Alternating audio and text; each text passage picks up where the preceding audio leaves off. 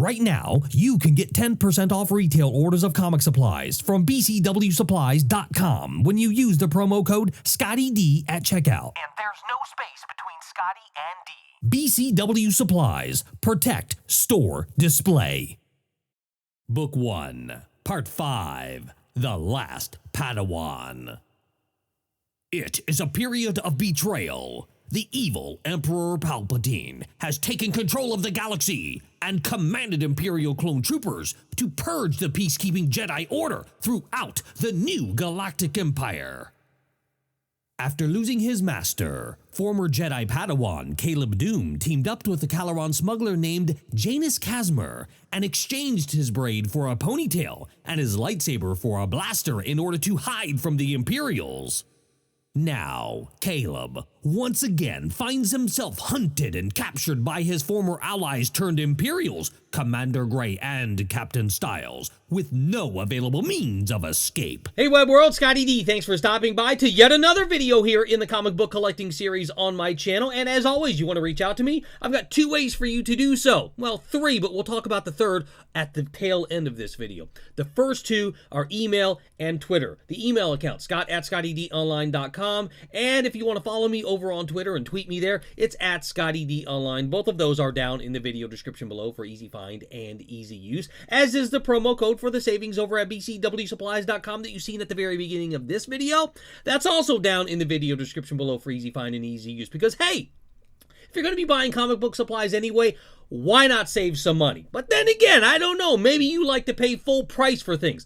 I don't, and I've got a way for you to also get the savings down using that promo code in the video description below for bcwsupplies.com. Check that out. But right now, we're here to talk about this comic, to give you my thoughts, my impressions, a little bit of what is contained between the front cover and the back cover. We're going to talk about this one right here. This is Kanan, the Last Padawan, number 5. Supposed to be the original end of this series. It was supposed to be a mini-series from books 1 through number 5, and that was supposed to be it. But somewhere along the way, they decided to extend it beyond number 5. So for right now, we know there's going to be a 6 and a 7. We don't know where in the end this book series is going to complete and wrap up. But for right now, we get to enjoy just a little bit more of Kanan, the Last Padawan. This one is a very interesting book. I love the cover. I love the fact that the lightsaber is disassembled sitting here on the ground. Let me get this a little bit closer for you. This is a very interesting cover. Walking through, I don't know if you call it a forest or a swamp or whatnot, but this is by far, in my opinion, one of the best books in this series so far. And I'm going to tell you why. The last we left off in book number 4, Caleb Doom and Janus Casmer were in a mess. The clones had caught up to them on this mission that they were going after to get this one particular ship. And so we now join up at that very moment in time that closed out at book number 4, and Styles is reporting that he has the kid. And Commander Gray says, bring him back to the freighter that we're on, and Janus Casmer is yelling at Styles now, saying, I hope you're glad. I hope you're happy what you're doing. You can kill the kid. I hope you're satisfied. And so Styles gets into this rebuttal back to Janus Casmer that it's not about being happy. It's about following the orders, because this is all stemmed around Order 66 to abolish the Jedi. So we now see Caleb laying on the floor in what we now understand to be the freighter where these clone troopers are sitting on. And now, according to Captain Styles, he's not dead. And Caleb's, kind of coming to, and he's like, well, I'm not dead. And Commander Gray is not happy about this. He's basically, you should have taken him out. That was the mission. That was the order. These 2 pages that have been consistent in how they're laid out in all of the books so far are by far my favorite pages in all of the Kanan series. It's a full 2-page spread, and the artwork is so colorful. It's vibrant, visually powerful, and there's a key word here on this page that I want you to pay attention to, and that is the word release. Things that make you go, especially if you haven't read this series yet, up to book number 5 and through book number 5. So there's a key word there, release. That is something that I look for in all comic books. I do what's known as read between the tea leaves. There's a story there, but there's always an underlying story that they're hinting to, either throughout the story or at the beginning, at the end. You can kind of, pick out certain things that might be happening. So Gray and Styles now are exchanging words, and it seems as if the mental state of Order 66 to the clone troopers is not as strong as you'd think it would be. Because this was given by a Sith Lord through these clones, and these clones are just supposed to act in sync and almost like a robotic state. They don't have emotions and feelings of their own. But in this, it's a little argumentative on how Order 66 is being handled. So we're starting to see things unravel, which, how is this going to affect not only this story going forward, but other stories as well that might kind of dovetail along with Kanan? So, Kanan is face down on the floor. And we know, because of the Clone Wars, that Caleb Doom is Kanan Jarrus. But he's face down on the floor with a few words to distract the clones. And he's trying to free his hands. He's tied up. And just when you think it's over for Caleb, his hands are free, and he uses the Force one last time to help defend himself. Because really, remember, he's supposed to be going in hiding because there's an order out to kill or slaughter all known Jedi. So the clones now, Caleb is free from his bindings. He's reaching back for what looks to be an airlock, and the clones are pleading with him right now to stop, but he moves forward with his escape, and he opens up the airlock, and you're like, okay, dude, you don't have a helmet on, you don't have a space suit on. The vacuum of space should kill you instantly. And that's the part where you know that the strength of a Jedi is very powerful, because the clones think that the open space has killed Caleb, and he's now pulled in to another ship that is piloted. There's 2 ships out there, but one of them pulls him in, and the Casmerian and the other freighter, piloted by Cleve, defend themselves for an escape, and they've pulled in Caleb into the ship. So the clones are like, I'm not going to take any chances. Open fire on these 2 vessels. Take them out. Destroy the ships. And all of a sudden, we see Order 66 fail against the clones. And I found that extremely interesting as a twist to Order 66. Like, it was almost as if the further they go away from where the order was given, or perhaps some clones weren't cloned properly. I don't know. But it seems that the Order 66 is failing, and Styles and Gray are arguing more than before and begin to question everything, but they also continue to fight. So this mental capture to themselves starts to get stronger, but everyone but Gray, who steps in and wants to make things right. So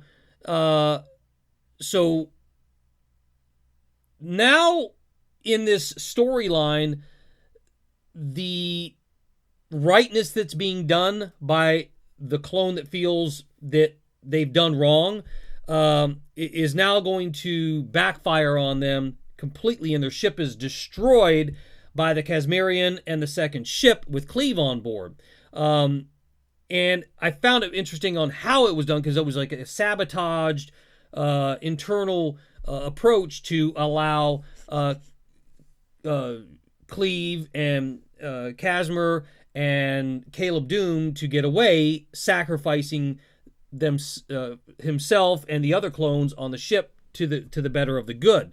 And so we're back to Collar now, where it all started. And Caleb is now setting out solo on this time. He's really basically told Casmer, look, I don't want anything to do with you anymore. I'm going to go out on my own, and I'm only going to take a few things. So he takes Master Depa Balaba's holocron, and he also takes his disassembled lightsaber that you see here on the cover. And that's why I said, pay attention to this cover, pay attention to the words at the very beginning, because it starts to kind of tell the story. So he's going to now walk away from his life as Caleb Doom, and he now goes to the ship that he called the Escape in the last book. Remember, that's the book that Caleb and Casmer were going off to go pick up. So he goes to the Escape, and he takes off. All of a sudden, as he's departing, Janus calls him Caleb Doom, very distinctively. But Caleb states in this that Caleb died with Depa Balaba, his master. So this is truly the end of Caleb's identity as Caleb Doom. So now Caleb arrives at Morga and is greeted friendly with some locals there, and they ask his name, and he introduces himself as Kanan Jarrus, which is extremely exciting for me, because for all accounts of this character, Caleb Doom, from A New Dawn by John Jackson Miller. By the way, a great book. If you haven't got it, haven't read it, or perhaps listened to it on Audible, you've got to get this book. I will put a link down in the video description below for A New Dawn by John Jackson Miller. A phenomenal book. I've got it on audiobook. It's one of the best audiobooks that I've ever listened to. A New Dawn by John Jackson Miller, which is really wrapped around Caleb Doom. From his appearances as a main character in Rebels, right here, Star Wars Rebels. If you haven't watched that on Disney XD, definitely check that out. But for all of accounts of Caleb Doom's character, this is what I'm considering the first appearance of his identity change officially taking place. He's no longer identifying himself as Caleb Doom, from a fresh start in a world where nobody knows him as a Jedi. He's taking on the identity of Kanan Jarrus. Very, very cool. Just about then in the book, all of a sudden a snap takes place, and he's standing aboard the Ghost, which is the primary starship on Star Wars Rebels, piloted and owned by Hera, and he's surrounded by all of the cast from Star Wars Rebels, and it's a very weird moment, if I'm honest with you. And Hera's talking to him about landing on Collar, and has he ever been here before? And it's almost as if he was in a Jedi meditative state on the Ghost with the crew this whole time from book 1 through book 5. It just seemed extremely weird.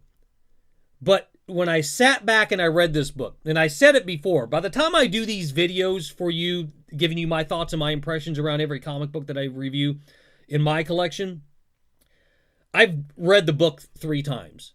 I read it once just for fun. I read it a second time to let it sink in, and I read it a third time, and I take some notes about what's happening in the story. And I have those notes off camera so I can reference them when I'm making my videos. But this one, I felt like he was in a Jedi meditative state the whole time from book 1 through book 5. And now that he's come out of that meditative state, and we kind of have that little bit of a backstory of where he became Kanan Jarrus from Caleb Doom, now he's on the Ghost, we've got to wonder where this story's going to go forward in book 6, 7, and however many more books they're going to entertain us with in Kanan the Last Padawan. So he responds no, that Kanan Jarrus has never been to Collar, because he hasn't. Remember, the whole time he was on Collar, he was a younger Kanan Jarrus, back then known as Caleb Doom, and he was only known as Caleb Doom to everybody, including Janus Casmer. So I love this pick at the end of this book. It's by far my favorite in the series so far. Jury's still out what we're going to have going forward, but this is by far my favorite pick in the entire series. And the next issue is set to come out September the 23rd, 2015. Clearly, with the Rebels at his side, he might go back into some back reflections and stuff, but the Rebels are now at his side, and I would expect to see them going forward in the books to come in Kanan the Last Padawan. What do you think? Are you happy that they're going beyond book number 5 for Kanan the Last Padawan, or are you disappointed that they didn't just stop at book number 5? You feel like book 1 through 5, it was enough. We're done with Kanan. We learned enough about him. On to the next story. Me personally, I am thrilled. I'm happy that they're going beyond book number 5. I think that there's a lot more story to be told about Kanan Jarrus. In fact, I think that Kanan Jarrus has enough ability in his character and in his backstory to hold himself in a full-length movie about Kanan Jarrus on the big screen at a theater.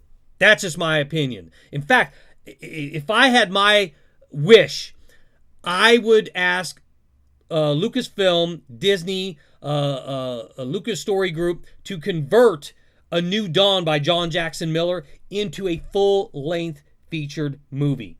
That book is so good that book could be converted into a movie. Again, I will put a link down in the video description below for A New Dawn by John Jackson Miller. I would recommend getting the audiobook read by Mark Thompson. That's the voiceover artist on that. A phenomenal voiceover artist as well.